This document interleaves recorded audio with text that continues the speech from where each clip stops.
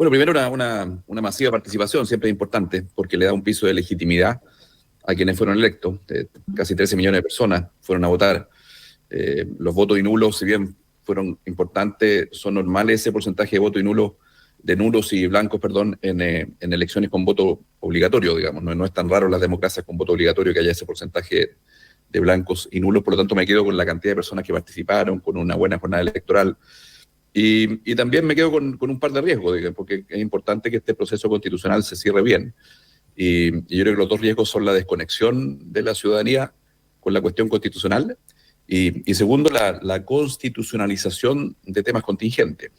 Si ustedes vieron la campaña, los candidatos hablaban de seguridad, que son los apremios que viven las personas hoy día, y eso finalmente puede provocar una frustración cuando se choque con las materias que son propiamente constitucionales, que son el sistema político, el sistema electoral, la estructura del Estado, el marco general para desarrollar nuestras riquezas naturales.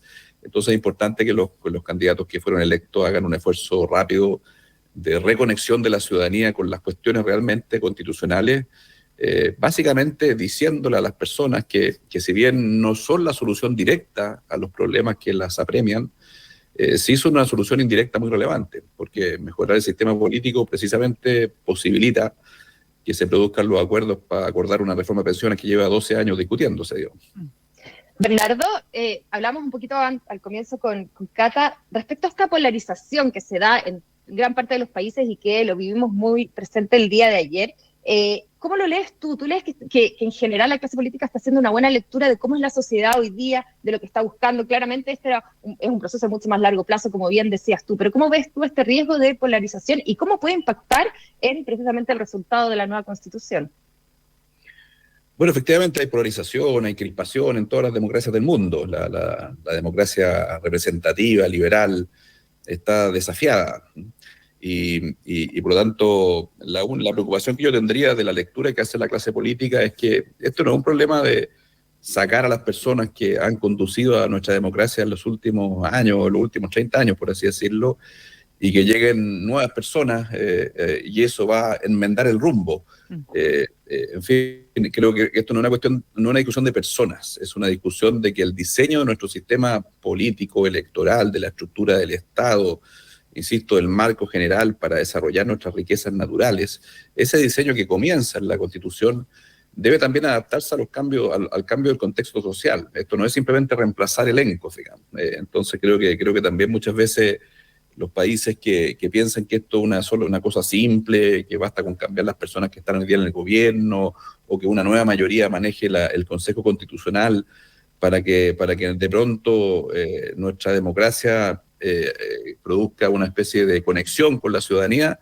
me parece que estarían en un gran error. Yo creo que se requieren cambios de diseño político, del sistema electoral, parecen temas abstractos, lateros, pueden parecer temas lejanos para la vida que están viviendo hoy día las personas, con poder acercar las cuestiones constitucionales como temas relevantes para adaptar una democracia a un nuevo contexto que es más diverso, es más participativo, es más crispado. Y el riesgo es que las democracias devengan finalmente en autocracias, digamos. Autocracias que son sistemas políticos donde un grupo de personas gobiernan con simplismo, sin contrapesos institucionales, digamos. Eso creo que es el principal riesgo, o bien el otro riesgo es que es la ilusión de una democracia directa completamente disfuncional, digamos. ¿Hay disposición, crees tú, por el lado del empresariado de encontrar acuerdos efectivamente para ir avanzando en las reformas necesarias para el desarrollo, Bernardo? Mira, otra lección de esta lección, solo para entrar a tu pregunta, es que es importante la nitidez y la precisión en los planteamientos. Tú no puedes pasar directo a la mesa y a construir un acuerdo. Es mucho más sano y francos los acuerdos cuando comienzan en posturas precisas y nítidas.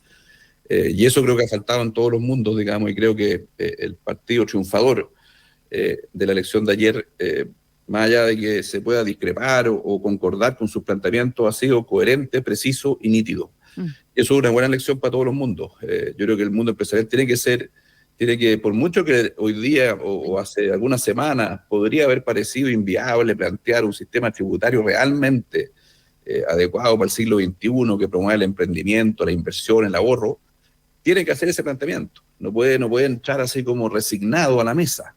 Y yo creo que eso es un aprendizaje tanto para los distintos sectores políticos, para los distintos mundos de la sociedad civil que quieren incidir en el debate público. Precisión, nitidez, claridad, franqueza, y luego, por supuesto, que a partir de esas posturas diversas, discrepantes, se construyen acuerdos, pero no saltemos la primera etapa. Bernardo, la Fundación Pivotes nace de alguna manera para conectar todas las propuestas que hay de las distintas políticas públicas o centros de políticas públicas con la ciudadanía. Un poco pensando en la elección de ayer y todo lo que te ha tocado liderar, ¿qué quiere la ciudadanía? ¿Cómo lees tú lo que hoy día quiere tangiblemente, por decirlo de alguna manera? ¿Qué propuestas concretas ves que es lo que está buscando? Bueno, no hay duda que la ciudadanía, con toda razón, quiere cosas muy, por así decirlo, cotidianas, que son de la esencia de su posibilidad de vivir, digamos, y de desarrollar su proyecto de vida. Quiere seguridad, quiere oportunidades de empleo formal de calidad, quiere en el fondo que la inflación se controle, en fin, eso es la expresión, por así decirlo, más explícita de la ciudadanía.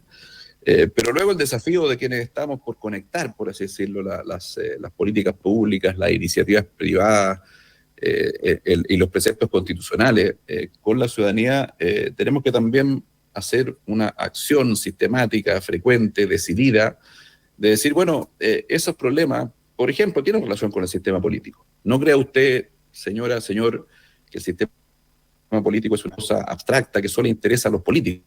Las democracias se tienen que adaptar con una adaptación del sistema político que mantenga el concepto de representativo. O sea, las mismas personas que nos escuchan sabrán que no podemos estar todos, ¿no es cierto?, en el Parlamento haciendo las leyes. Tienen que haber representantes, así como también el Consejo Constitucional. Y por lo tanto, el concepto de representativa es fundamental que se reivindique. Pero también creemos que hay que incorporar dispositivos de participación, porque la ciudadanía quiere estar más frecuentemente conectada con las decisiones del sistema político y no solamente en elecciones como el día de ayer. Entonces hay que equilibrar esos dos objetivos, digamos. Por supuesto que la ciudadanía quiere que el sistema político llegue a acuerdos. Eso implica con mucha más decisión de lo que ha propuesto el Consejo de Expertos, poner en el fondo diseños institucionales que desincentivan la fragmentación. Ya vemos cómo se están empezando a poner excepciones. ¿Se acuerdan que se puso que había un mínimo de 5% en elecciones en el Congreso, en la Cámara de Diputados, en el Senado, para que un partido pudiera sobrevivir o pudiera participar, perdón, en esa instancia tan relevante? Bueno, ya se le están poniendo excepciones. Entonces tenemos que actuar con mucho más decisión en cuanto a modernizar el sistema político, la estructura del Estado. Otro ejemplo que es muy contingente y muy económico, estamos discutiendo sobre el litio. No tiene ningún sentido, y eso no, aunque estén aprovechándose el Frente Amplio de una norma que viene del año 1979, que declara el litio como el único mineral que no es concesible, que no es concesionable, que no es posible, que el litio, a diferencia de todos los minerales, no se puede entregar en concesión a un privado. Eso en una constitución es completamente impresentable, digamos, porque ¿por qué una discriminación solo contra el litio? ¿Por qué todos los otros minerales son concesibles y el litio no? La razón era que el 79 se concluyó en la Guerra Fría que el litio era un insumo para armas nucleares, y eso está completamente obsoleto. Entonces también hay que ser, ojo en esta materia del litio, de los recursos naturales. Las riquezas naturales son al mismo tiempo componentes esenciales de nuestro medio ambiente, son fundamentales para el desarrollo de las personas, pero también son factores fundamentales para el desarrollo económico y social de los países. Entonces, creo que ahí también no hay que ser tan minimalista y neutro en cómo la Constitución se expresa en relación a cómo se usan nuestras riquezas naturales y ser mucho más explícito. Es decir, bueno, todos los minerales podrán ser concesibles, sin excepción, y la ley podrá establecer limitaciones en el uso del agua, del litio, de los minerales, para que cumplan también su rol ecológico y su rol social. Perfecto. Bernardo, hablaste sobre buscar mecanismos de mayor participación de la ciudadanía y no solamente a través de estas votaciones. Me gustaría que ahondáramos un poquito más en eso, pero te quería pedir si por favor nos puedes esperar a que hagamos una pausa y a la vuelta retomar esa pregunta.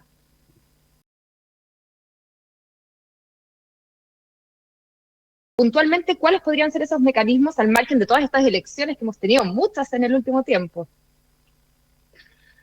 Mira, yo decía que debían activarse esos dispositivos sin sacrificar el concepto de representativo. Por lo tanto, yo creo que son mecanismos que se debieran abrir antes de que ingrese, por ejemplo, un proyecto de ley. Yo creo que algo de eso incluyó la comisión de expertos en su borrador, que toda iniciativa legislativa tuviera una etapa inicial, como prelegislativa, que no sea tan informal como es hoy día. Hoy día depende de la voluntad de cada gobierno hacer una etapa prelegislativa. Algunos hacen dispositivos de participación, abren mesas de diálogo, pero no todos, y además no tienen un marco institucional regulado donde se produzca eso. Entonces yo creo que, por ejemplo, cada iniciativa legislativa que tenga una etapa previa de participación ciudadana, de participación experta, de participación de las organizaciones de la sociedad civil, y que esa etapa sea normada, con plazos, con contornos. Por supuesto que los resultados de esa participación pasan a ser un insumo de la discusión legislativa. No pueden ser vinculantes, porque lo más representativo de la opinión pública en general siempre va a ser, ¿no sé, los representantes que eligen las chilenas y chilenos. Nunca una etapa de participación ciudadana va a ser en el fondo tan representativa como los representantes elegidos en el Congreso Nacional. Por lo tanto, yo creo que es una etapa inicial, un insumo, obviamente no vinculante, pero vaya que es importante en el fondo que el Congreso, el legislador, parta con ese insumo bien hecho, digamos. Bernardo Larraín, bueno, antes de que se constituya este nuevo consejo a principios del mes de junio, todavía queda trabajo por delante de la comisión experta, que tiene que empezar a votar las indicaciones, las enmiendas, a partir de hoy día, precisamente, con varios bordes, 12 puntos que ya están definidos, y algunos dicen, bueno, un proceso que está bastante avanzado ya en la base, ¿no? ¿Cuáles son los principales desafíos que ves tú, que tiene precisamente el Consejo en ciertas temáticas más conflictivas hacia adelante? Mira, yo creo que hay varios temas. No hay duda que el sistema político electoral, yo creo que hay que ser más ambicioso de lo que se está haciendo y meterle menos excepciones a esos mecanismos que se están proponiendo para disminuir la fragmentación. O sea, que es natural. Hoy día, por ejemplo, ayer pasó algunas cosas que no son democracia profunda, digamos, que un candidato que sacó el 15% sea reemplazado por otro candidato o candidata que sacó el 1%. No parece ser una cosa, en el fondo, una manera adecuada de asegurar la paridad, digamos. Entonces, por ejemplo, las listas cerradas es una mejor manera, porque una lista cerrada se presenta a la ciudadanía, donde básicamente hay un grupo de candidatos que son paritarios, por definición, por lo tanto el resultado de esa elección va a ser paritaria, pero ahí se empiezan algunos partidos a arrastrar los pies respecto de las listas cerradas, que funcionan muy bien en Alemania, en democracia súper sana. Entonces, yo creo que hay que ser mucho más ambicioso en la reforma del sistema político electoral. Segundo, creo que hay que ser mucho más preciso en una cuestión de modernización del Estado, la separación de la administración pública de lo que es el gobierno de turno. En Chile cada vez más está completamente libre lo que puede hacer un gobierno en cuanto a nombrar funcionarios de confianza. Y mientras en un país como Nueva Zelanda los que nombra un gobierno cuando asume son menos de 100, en Chile son 3.000, 4.000 y no hay ningún límite. Y eso la Constitución tiene que ser muy precisa. La administración pública tiene que ser profesional, tecnocrática y técnica. Y meritocrática, perdón. El gobierno de turno, por supuesto, que puede nombrar funcionarios de confianza, pero mucho más limitado. Y la Constitución debe precisar esa separación y esa limitación. Ese es un segundo punto fundamental. El tercero es el que mencionaba, ¿no es cierto? En la economía de recursos naturales creo que no hay que ser tan neutro la Constitución. Debe establecer, o sea, hoy día lo que está proponiendo el comité de expertos es que la ley determine qué bienes, qué minerales son concesibles y cuáles no. ¿Por qué no partimos al revés? Que la Constitución establezca que todos son concesibles, por supuesto que mandatando a la ley que establezca limitaciones para resguardar su rol ambiental, pero que todos son concesibles, salvo que una ley determine por razones muy justificadas que alguno no es concesible, pero que el caso base sea que todos son concesibles, incluido el litio. Es un tercer elemento central. Y el cuarto, que va a ser muy relevante, es cuál es el contenido del Estado social de derecho, digamos. Ahí hay una dicotomía entre quienes plantean que el rol del Estado es articulador y regulador, donde en pivote estamos en esa línea, pero que tiene que ser compatible con una provisión de la sociedad civil, del emprendimiento y también del Estado en igualdad de condiciones, digamos. Y versus quienes plantean que el Estado social de derecho es sinónimo de un rol protagónico, monopólico o preferente del Estado en la provisión de servicios públicos, lo que me parece equivocado. Entonces ahí hay 4 temas que son, creo que van a ser centrales en la discusión que viene. Perfecto, clarísimo. Bien, pues Bernardo Larraín, expresidente de SOFOFA,